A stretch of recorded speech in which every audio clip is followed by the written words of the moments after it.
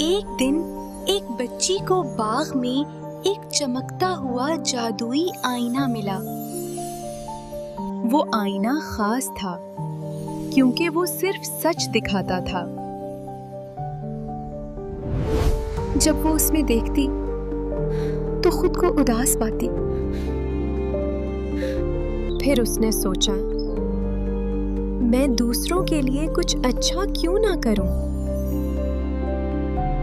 वो एक बूढ़ी औरत को सड़क पार करवाती है।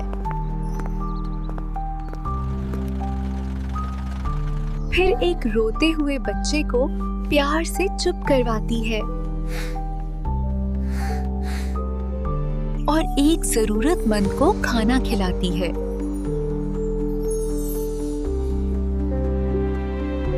और हर अच्छाई के साथ इसके इर्द गिर्द रोशनी बढ़ती जाती है। अब जब वो आईने में देखती तो उसे एक खुश और खूबसूरत चेहरा नजर आता, क्योंकि उसका दिल अब सच्चा और अच्छा हो चुका था। Thanks for watching. Bye bye.